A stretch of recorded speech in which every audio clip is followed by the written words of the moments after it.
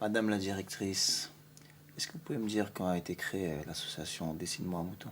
Il y a 17 ans. L'association a été créée pour accueillir les enfants, les adolescents et leurs familles touchés par le VIH-Sida. Les enfants de Dessine-moi un mouton ont grandi et en 2000, on a ouvert ce centre, Tag le mouton, là où nous sommes, pour qu'ils puissent se retrouver. Ces adolescents qui ont eu envie de faire un programme de prévention pour pouvoir dire aux autres jeunes leurs difficultés de vivre avec le sida. Mais merci à toi, Stomy, d'avoir accepté d'être notre parrain. Qu'est-ce qui t'a donné envie de nous soutenir? Je pense que le fait que je vous soutienne, ça peut amener un autre regard sur cette maladie qu'on ne prend pas encore assez au sérieux. Il y a plein de gens qui sont encore inconscients et qui jouent souvent à la roulette russe en faisant l'amour. En se disant, bon, allez, pour une fois, cette fois-ci, je vais pas mettre de préservatif, on verra bien. Et je pense une fois, pas je pense, c'est sûr, une fois, ça peut être fatal.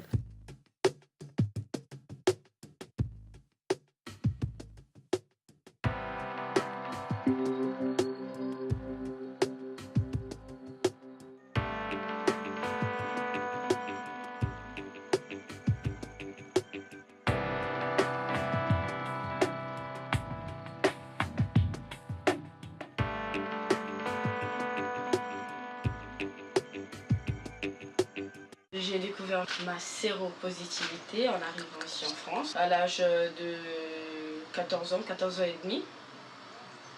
Je l'ai appris par le médecin et c'est là que mon père m'a appris que ma mère était décédée de cette maladie. Quand j'avais 10 ans, au début de l'été, mon frère est parti à l'hôpital, assez brusquement en fait. Bon, c'était quand même long, je vais le voir, je lui demande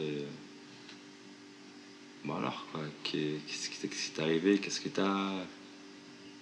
Après, il me dit ouais, bah, c'est pas tes affaires, ça te regarde pas, je te dis pas. Comment ça, tu me dis pas, je comprends pas. Donc je lui fais pendant 2 mois, je te fais ta corvée de vaisselle. Et là, bah, il se lâche, il me fait bon ok, j'ai le petit frère de sida. J'ai été confrontée au VIH parce que mes parents étaient malades. Et donc voilà, je l'ai appris assez jeune, mais pas par eux. Mon père, il a appris sa séropositivité en 89. Donc mon frère et moi, on était déjà nés. Et on a fait des tests sur mon frère, sur moi, sur ma maman. Et du coup, on n'était pas malades. C'est pas ma famille qui est impliquée, mais c'est comme ma seconde famille en fait. C'est mon meilleur ami qui est comme mon frère pour moi, on se connaît depuis tout petit. Et c'est son père en fait qui a été atteint du virus. J'ai découvert que j'étais séropositive suite à une hospitalisation et j'ai passé pratiquement 3 jours, j'avais 42 fièvre, on ne savait pas ce que j'avais. Et après, il y a un médecin qui a suggéré qu'il fallait que je fasse le test du sida. J'avais 15 ans. Je conçois que les gens, quand ils voient des témoignages où on voit pas vraiment les gens, on les reconnaît pas, ils doivent se dire ouais, elle témoigne en fait, elle n'a pas le courage de parler à visage découvert. C'est pas ça quoi, c'est le poids de la société, la famille, les amis. Il n'y a pas que moi qui suis concernée par ça quoi, il y a plein de monde aussi. Si moi j'étais malade, ça m'aurait pas dérangé d'être à visage découvert, puisqu'en fin de compte, moi j'ai aucune honte par rapport à la maladie, je l'assume totalement. Mais voilà, ça concerne mes parents et c'est leur histoire, et puis c'est pas à moi de l'apprendre aux autres. Je veux pas que ma famille soit pointée du doigt. Parce qu'on peut dire aujourd'hui, même si on est au XXIe siècle, avoir cette maladie, c'est un peu la honte, emmener la honte sur la famille. Moi, personnellement, ça aurait été pour moi, ça m'aurait pas dérangé. Mais les gens qui sont pas au courant de la séropositivité de mon frère, ben, ils allaient savoir et de cette manière-là, c'est pas la plus simple, surtout en ce moment. Moi, j'ai demandé exclusivement à ma mère et à mon frère si ça les dérangeait pas. Ils ont été contents, ils étaient contents vraiment, ils m'ont dit si, c'est quelque chose, faut montrer, faut pas avoir peur, faut vraiment avancer. Et donc voilà, donc, c'est ce que j'aurais aimé dire aux gens, de pas avoir peur.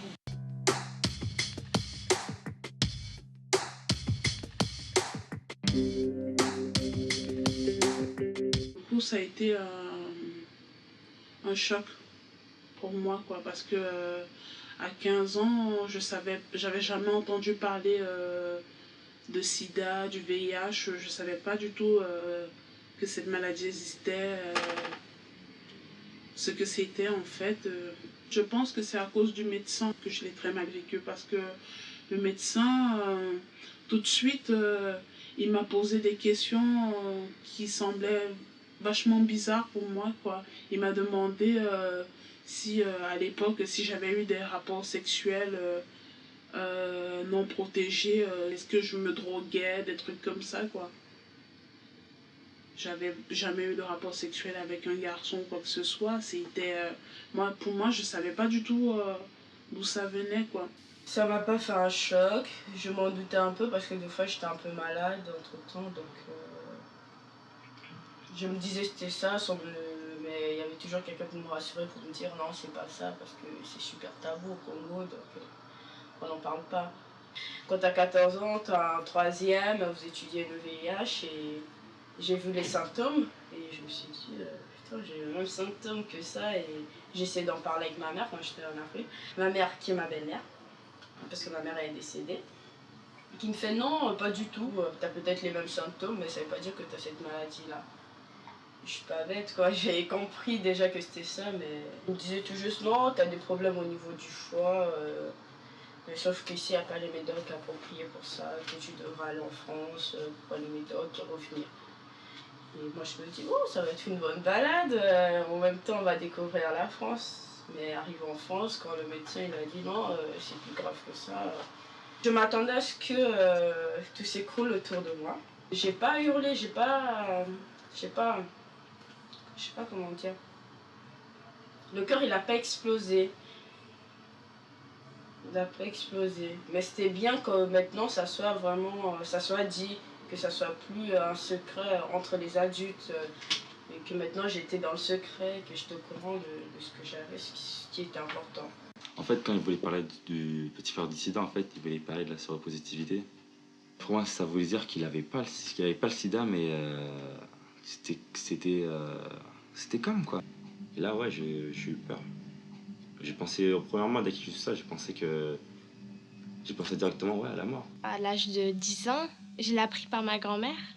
Bon, il y avait un contexte familial qui faisait que elle aimait pas mon père, donc elle m'a dit ça. Elle m'a dit ça un peu pour que je déteste mon père. Enfin bref. En fait, moi, j'ai eu aucune réaction.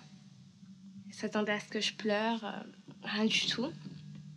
Et je l'ai jamais dit à mes parents. Et jusqu'à ce que eux me l'annoncent officiellement à l'âge de 16 ans. Donc ça fait que pendant 6 ans, j'ai rien dit. Enfin, je leur ai rien dit à eux.